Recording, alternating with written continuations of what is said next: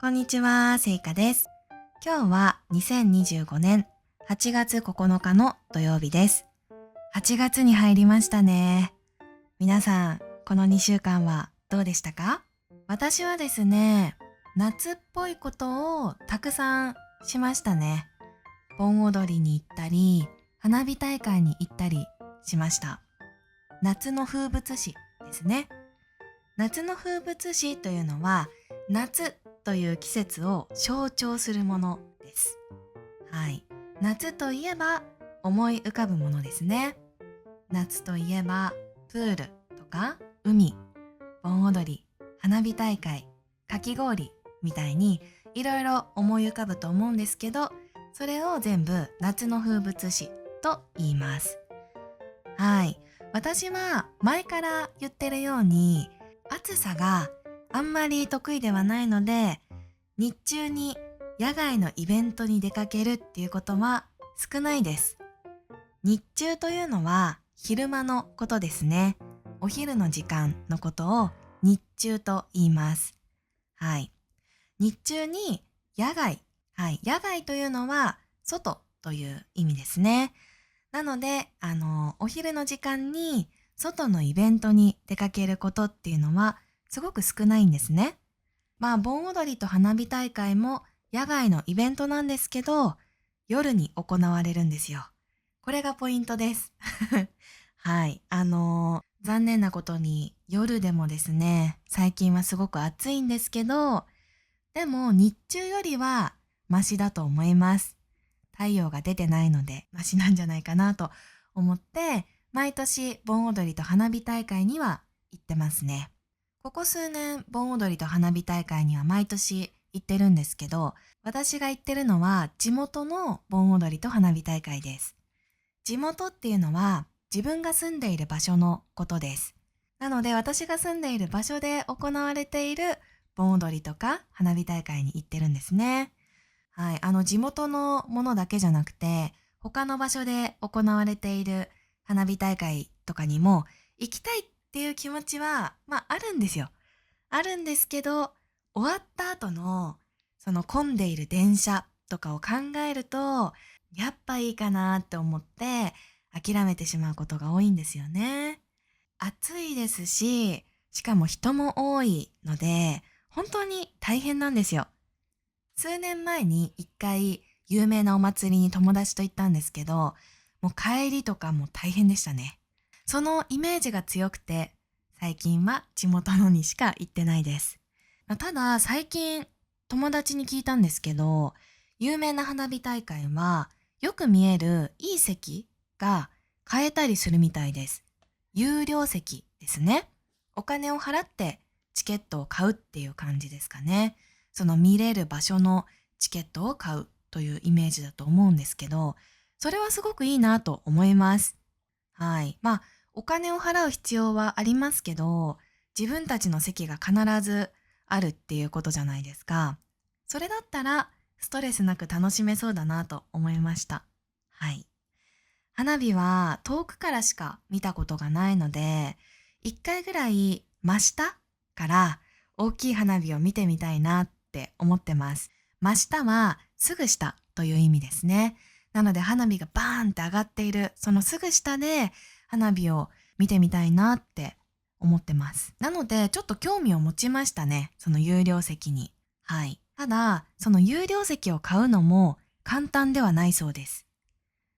人気があるので抽選の場合が多いようですね。だから私が行きたいって思った時はもう遅くてですね、全部の抽選が終わってるみたいなタイミングだったので、来年以降にちょっと挑戦してみようかなと思ってます。はい。そして私は盆踊りでも花火大会でも浴衣を着ました。なんか浴衣を着るの好きなんですよね。盆踊りの時に着た浴衣は数年前に買ったものです。はい。大人になってからちょっと自分の浴衣を買うのもいいかなと思って買ってみました。薄い紫色で上品ですごく可愛いので気に入ってるんですけど、ここ数年そればっかり着てるんですよ。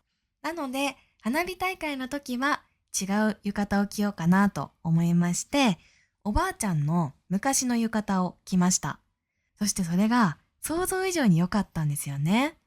すごくシンプルな紺の浴衣だったんですけど、それにいろいろな小物を合わせたら、すごく可愛くなって、はい、それも気に入りました。はい、浴衣はですね、帯もあるし、その上につける帯締めっていうものもあったりするので、そういうもので結構可愛くアレンジができるんですよね。それも本当に気に入りました。来年以降も着ようかなと思います。はい。私は地元の花火大会しか行かないんですけど、今、いろんなところで、もう毎日のように、ちょっとそれはオーバーかもしれないんですが、本当にたくさん花火大会とか盆踊りとか、そういうイベントが行われているので、街を歩いてると、浴衣を着ている人を結構見るんですね。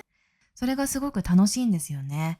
最近こういう浴衣が流行ってるんだなとか、そういうことも知れたりとか、はい。自分は花火大会に行かないんですけど、ちょっとワクワクした気分をもらうことができるような、そんな感じなので、浴衣を着ている人を見ると結構見ちゃいますね。はい。夏って感じですね。浴衣はですね、着ると、さっきも言ったんですけど、すごく日本の夏っていう感じがするので、ぜひ機会があったら皆さんも着てみてください。はい。ということで、夏を楽しんでいるという話でした。今日はですね、私の目の前に今置いてるんですけど、今人気がある東京の手土産をいくつか紹介しようと思います。似ている言葉でお土産っていうものがあるんですけど、お土産は自分が旅行して、その旅行先で買うもののことですね。手土産というのは、これから行く場所の人に渡すプレゼントっていう感じですかね。例えば仕事の状況だったら、これから他の会社の人と仕事の打ち合わせがあるから、その会社に行かなければいけないという時に、その会社の人にプレゼントするもの。はい。これを手土産と言います。はい。あとはですね、仕事じゃない状況だったら、誰かの家に遊びに行く時とかに持って行ったりしますね。それを手土産と言います。はい。なので、皆さんが東京に旅行しに来て、で、帰るときに買って帰るとすれば、それはお土産になります。はい。ただ、私みたいに東京に住んでいる人が友達に渡すとか、会社の人に渡すという場合は手土産になる感じですかね。同じものなんですけど、呼び方がちょっと変わります。はい。とにかく東京には手土産にもお土産にもなるようなおしゃれで美味しいお菓子がたくさんあります。日本に来たことがある方はわかるかもしれないんですけど、デパートとか、あとは駅の中とかにお菓子のお店がたくさん並んでるんですね。で、そういうお菓子っていうのは、だいたいお土産とか手土産にぴったりのものが多いんですけど、多すぎて何がいいのかわからなくないですか？私は正直わかんないんですよ。はい。で、学生さんにもよく、おすすめの東京のお土産はありますかって聞かれたりするんですけど、私もそんなに詳しくないので、これっておすすめできるものが正直なかったんですね。なのでですね、今回は実際に東京駅に行って、インターネットとかで評判がいいお菓子を買ってきました。はい。ぜひ気になったら東京に来た時に東京駅に行って買ってみてください。はい。そして本当にたくさん種類があるんですよ。東京駅に行ったら多分100個以上お店があるんじゃないかなって思います。なので、インターネットの中でですね、すごく評価が高いものって言っても30個とか40個とかあったんですね。なので今回はパッケージが可愛くて、そして美味しいものっていうのをテーマに探してきました。はい。全部で4つ買ってきました。なので1つずつ紹介していこうと思います。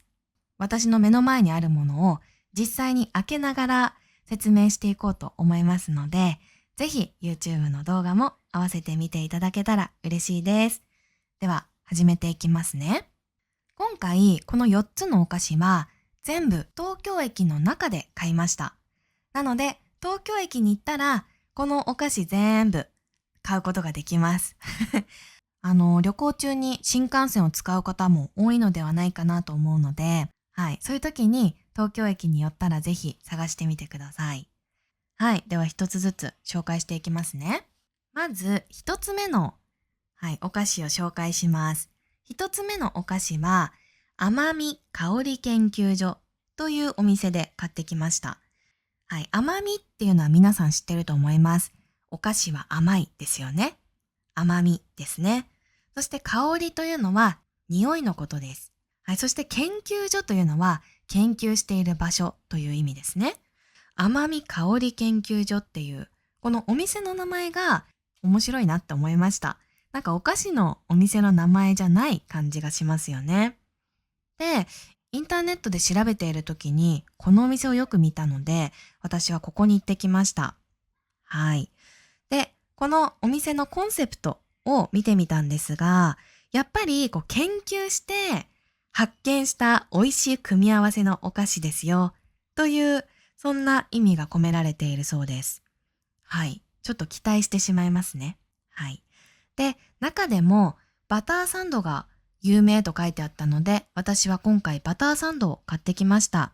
はい。で、バターサンドは2種類あって、一つがピスタチオフランボワーズという味。そしてもう一つがラムレーズンショコラという味です。私は今回ラムレーズンショコラの方を買ってきました。箱の中に2つバターサンドが入っていて、値段が850円でしたね。はい。そしてその2種類がいつもある商品で、今回行った時には期間限定の商品もありました。期間限定がチョコレートミントだったんですね。チョコミントですよ。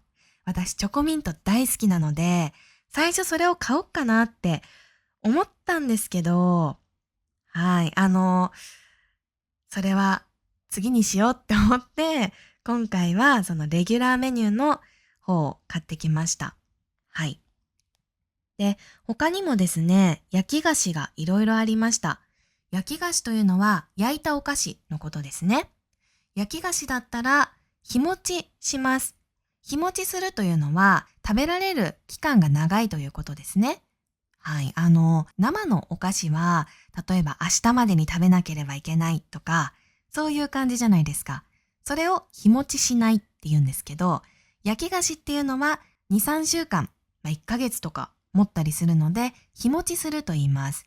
なので、外国の方が日本に来て、お土産として買って帰るのであれば、日持ちするものがいいのではないかなと思いますね。このお店には焼き菓子だけありました。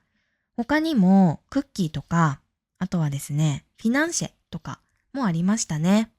はい。で、私はここでこのバターサンドを買ってきました。はい。まあでも一番インターネットでよく見たのはバターサンドだったかなと思います。ちょっと早速開けてみようと思います。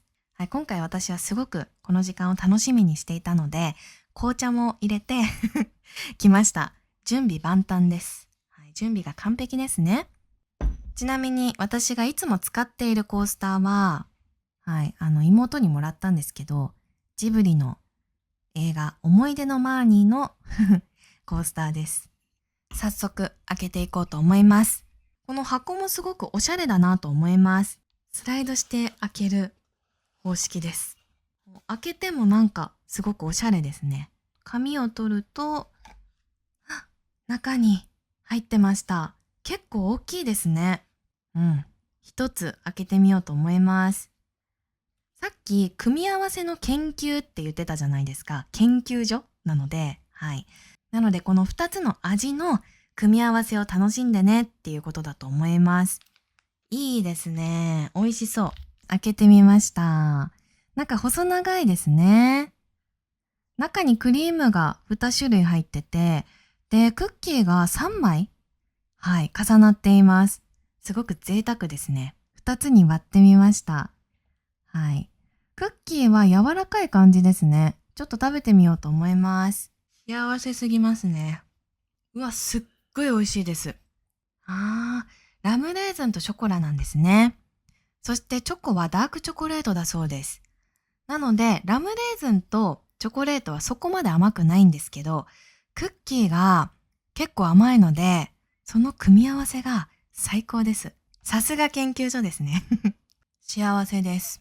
ということで、今回一つ目紹介したのが、甘み香り研究所というお店のバターサンドでした。はい。これ、クッキーが美味しいじゃないですか。だから絶対チョコミントも美味しいですよね。夏の間に買ってこようと思います。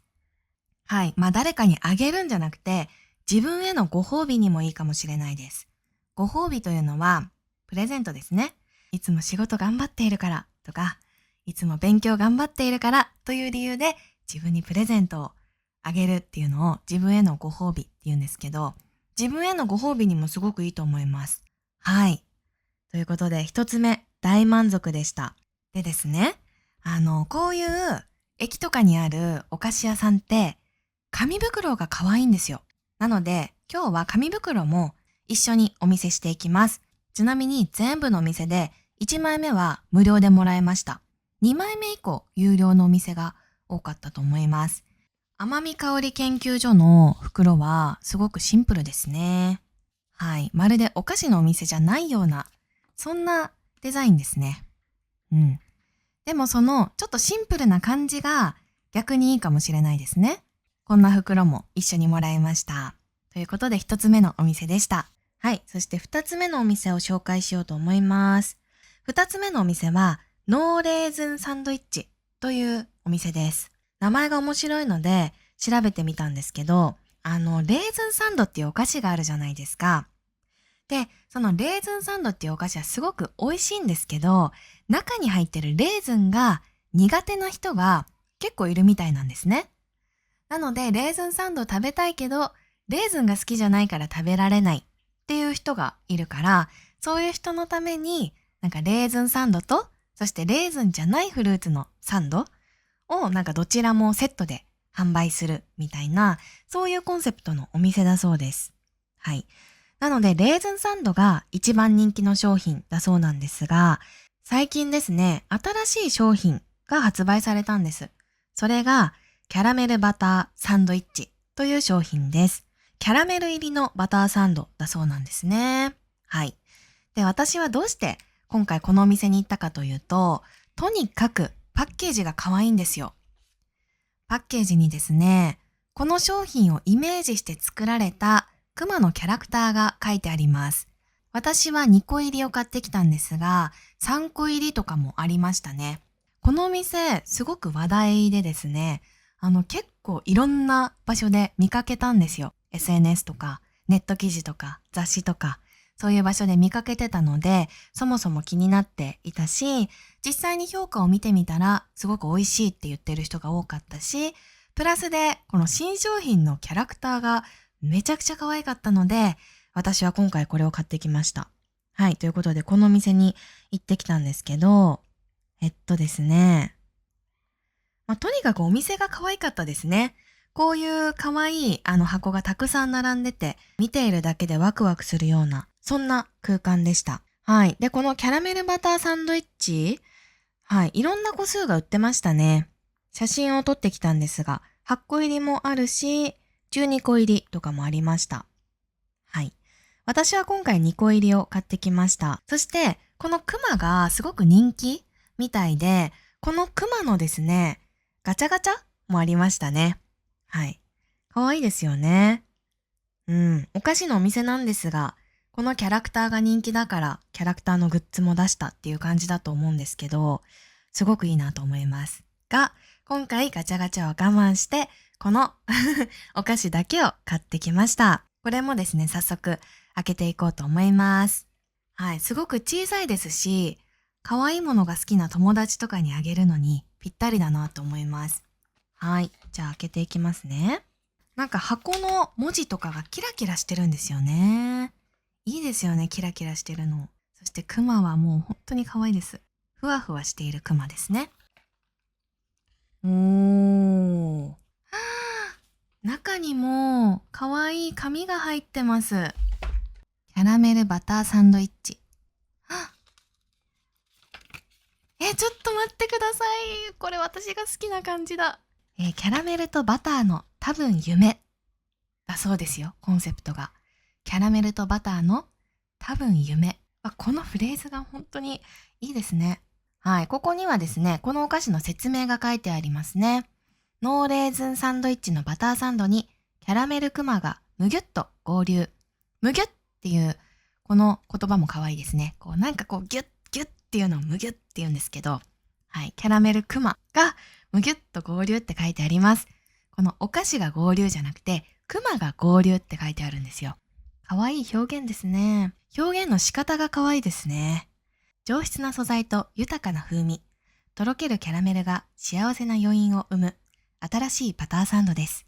と書いてありますね。新しいバターサンドなんですね。確かにキャラメルのバターサンドってあんまり聞いたことないかもしれませんね。キャラメルをサンドしたクッキーとかだったらよく聞くんですが、バターサンドっていうとあんまりないかもしれません。はい。で、この中には2種類入ってるそうですね。レーズンとショコラアプリコットです。はい、それが1つずつ入っているそうです。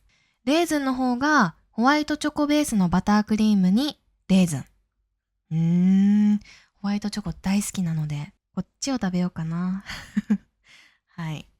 これが1つ目ですね。そしてもう1つがショコラアプリコット。はい、ショコラアプリコットも美味しそうですが、私は今回はレーズンの方を食べようと思います。ちょっと待って、本当に可愛いんですけど、この絵。サブレでクマを挟んじゃったんですね。なんか可愛いのか、ちょっと残酷なのかわかんないんですが、私は今からクマを食べるっていうことですかね。はい。とにかくこういう中に入ってる紙までこだわっていますね。とても可愛いです。そして中には2種類入ってます。パッケージ見てください。一つには Yes、一つには No と書いてあります。私はレーズンにしよう。Yes。Yes を食べますね。これは多分私もらったらすっごく嬉しいと思います。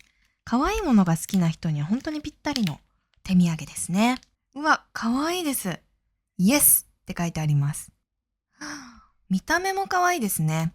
そして間にクリームが挟まっているお菓子ですね。やっぱりバターサンドなのでちょっと柔らかいクッキーですね。今2つに割ってみました。断面はこんな感じです。これもいただきます。美味しいです。さっきよりも甘くないですね。大人な味っていう感じです。パッケージはすっごく可愛くて甘いお菓子が入ってるのかなと思ったんですけど、中のお菓子はすごく大人っぽい上品な味でした。そのギャップもまたいいですね。これはぜひ可愛いものが好きな友達とかにプレゼントしたいなと思います。そしてここでもらった袋はちょっと小さめのピンクの袋でした。なんかすごくしっかりしてますね。前にはスイートって書いてあって、後ろにはメモリーって書いてあります。かわいいですね。はい、この大きさすごく使えそうだなと思います。これが袋でした。2つ目のお店も大満足です。やっぱりインターネットで評価が高いものって間違いないですよね。はい、安心です。それでは次のお店を紹介します。次のお店は喫茶店に恋してというお店です。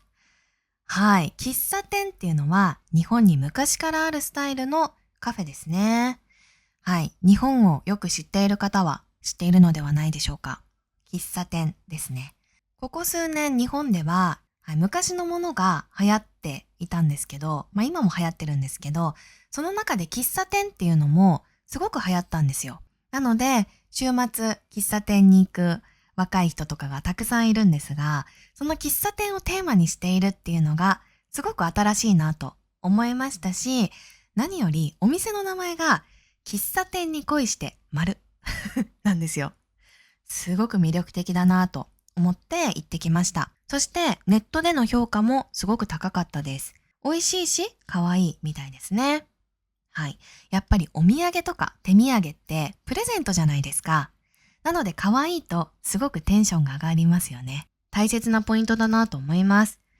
そしてですね、このパッケージを見てもらうとわかるんですけど、銀座ぶどうの木×花子って書いてあるんですよ。花子っていうのが雑誌の名前だそうです。私も今回初めて知りました。で、この雑誌でですね、喫茶店に恋してっていう企画があるそうなんですよ。その企画では喫茶店についていろいろと書いているっていうものみたいで、喫茶店のファンの方とかはその企画を楽しみに雑誌を読んだりしていたみたいなんですが、その企画と銀座ぶどうの木っていう会社がコラボして誕生したお店だそうです。はい、いいですよね。で、今回私が行った時は3種類売ってました。一つ目がクリームブリュレタルトっていうもので、それが一番人気だそうです。そして二つ目がティラミスショコラサンドっていうものですね。はい。そして三つ目が今回私が買ってきたハニートーストサブレというもので、はい。これはその東京駅にあるお店でしか買えない限定の商品だそうです。とにかく見た時に可愛いなって思ったのでこれを買ってきました。はい。まずですね、パッケージを見てほしいんですけど、本みたいになってるんですよ。表紙があって、そして横も本物の本みたいにデザインされていて、そして後ろもですね、日本でよく見る本と同じ感じなんですね。なので、これお菓子を食べ終わった後も、この箱をちょっとインテリアみたいな感じで使えるなと思いました。箱に何か入れて本棚に置いておいたらすごくおしゃれじゃないですか？はい。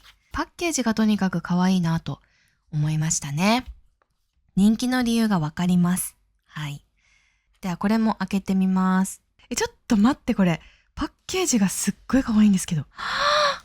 中はもっと本みたいですね。うわ、これは可愛いですね。そして箱を開けると、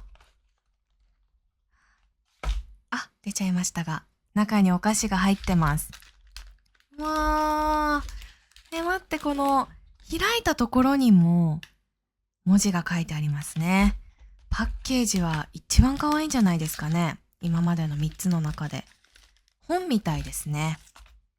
これは日本の本とかが好きな方にもすごくおすすめのお菓子ですね。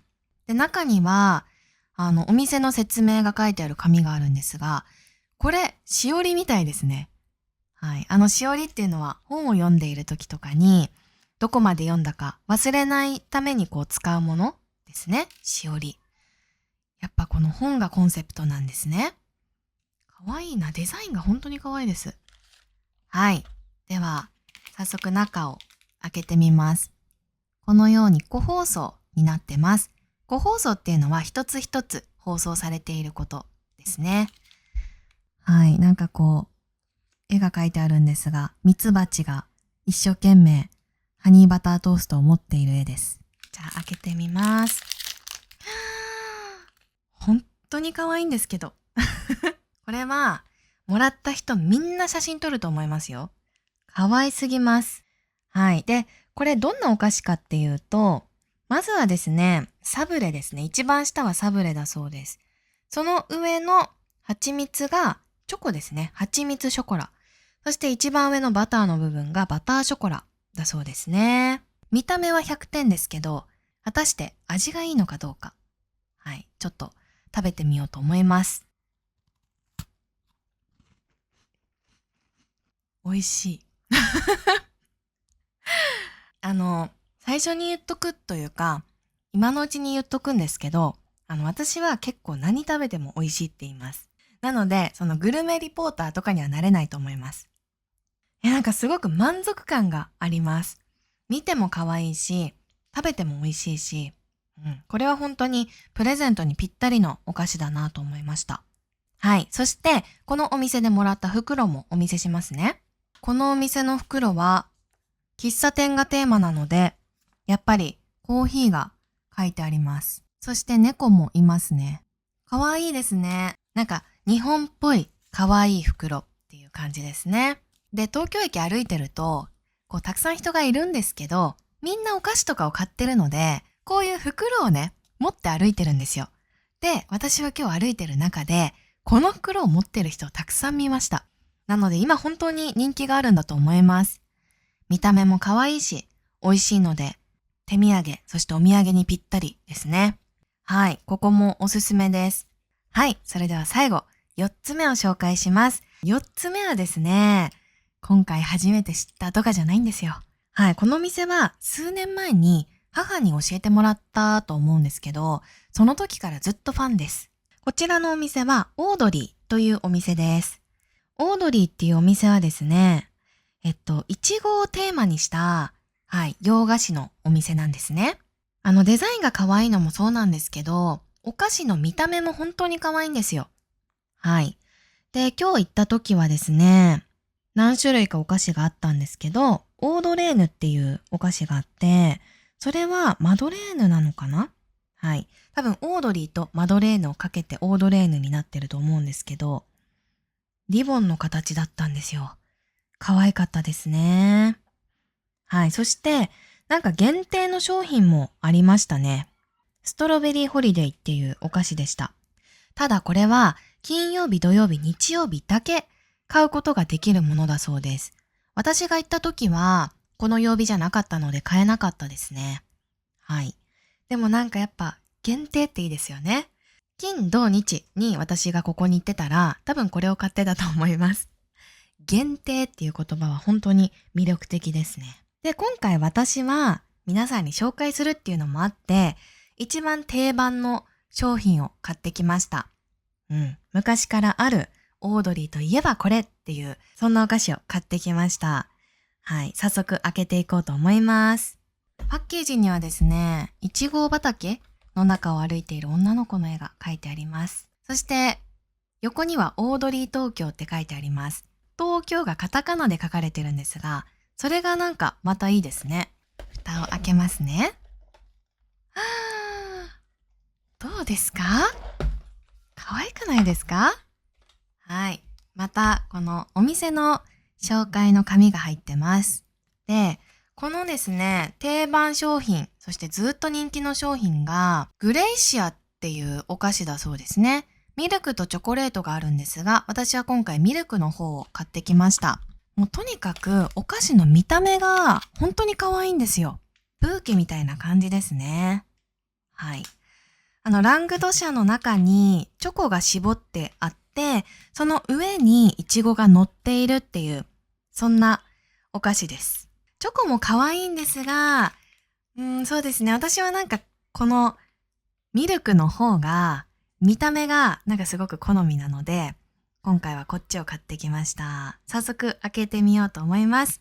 まあ食べたことあるんですけどね。美味しいことは知ってるんですよ。でも何度でも食べたくなるぐらい、はい、好きなお菓子です。ラングドシャの中にチョコが絞ってあって、イチゴが乗っています。はい。では、いただきます。はい。これですね。本当にいつ食べても美味しいです。もう拍手。超おすすめです。これが中にですね、ミルクチョコだけじゃなくてホワイトチョコレートも入ってるんですよ。その組み合わせも本当に最高なんですね。はい。オードリーは本当に有名なので、日本人で知らない人はいないと思いますね。さっき紹介したお店は、最近できたお店が多いので、私も知らなかったですし、正直知らない日本人が多いんじゃないかなと思うんですけど、オードリーに関しては、もう知らない人はほとんどいないんじゃないかと思います。東京土産と言ったら本当におすすめなので、ぜひ行ってみてください。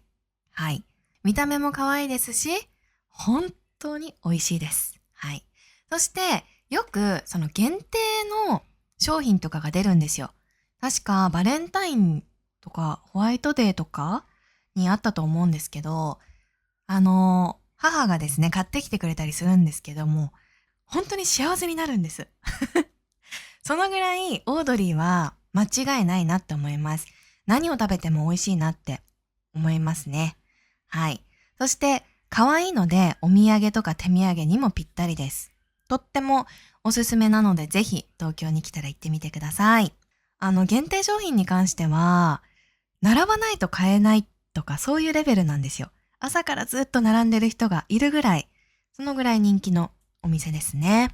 はい。そしてそんなオードリーの紙袋は、やっぱりオードリーといえばみんなが思い浮かべるいちご畑の中を歩いている女の子の絵が描いてあるはい、袋ですね。日常使いできそうです。日々の生活の中で使えそうっていう時、日常使いできそうって言うんですけど、日常使いできそうな、そんなシンプルで可愛いデザインですね。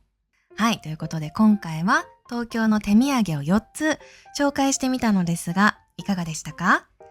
これは全部東京駅で買ったんですよ。東京駅行ったことがある方はわかると思うんですけど、本当に難しいんですよ。大きいですし、なんか地下1階1階とかがあって、もう本当にどこに何があるかわからない。そんな感じなんですけど、時間がある方にとってはすごく楽しめる場所なんじゃないかなと思います。今日紹介したお菓子屋さんも全部東京駅の中にあるので、はい、時間がない時に探したらちょっと大変だと思うんですが、時間がある時に東京駅に行ってゆっくりいろいろなものを見て楽しみながら、今回紹介したお菓子屋さんもぜひチェックしてみてください。はい、ということで手土産の紹介でした。私はですね、手土産を渡したいなって思う状況がたまにあるんですね。久しぶりに友達に会った時とか、お世話になった人にありがとうっていう感謝の気持ちを伝えたい時とか、そういう時に手土産を渡したいなって思うんですけど、お店がありすぎてどこのものをあげようっていつも迷ってたんですね。なので今回調べていろいろ可愛いものを買ってきて知ることができたので、すごく良かったです。私にとってもいい機会になりました。はい、こういう場所で売ってるお菓子とかって、お菓子が入ってたパッケージも使えたりするので、本当にお土産にぴったりなんじゃないかなと思います。可愛いものが好きな方はぜひチェックしてみてください。はい、今回は可愛いものを中心に集めてみたんですが、機会があればシンプルでおしゃれなものとか、はい、あとは和菓子とか、そういうテーマでもちょっと集めてみようかなと思います。何かリクエストがあったらぜひコメントで教えてください。はい。ですね、私は YouTube のメンバーシップもやっておりまして、初級の人には Vlog で勉強できるような動画をアップしています。そして中級以上の方にはタメ口の動画をアップしています。先週はですね、最近本屋で買ったものを紹介しながら話しました。ぜひ気になる方はメンバーシップも合わせてチェックしていただけたら嬉しいです。それでは今回も最後まで見てくださって、そして聞いてくださってありがとうございました。また次のラジオでお会いしましょう。さよなら。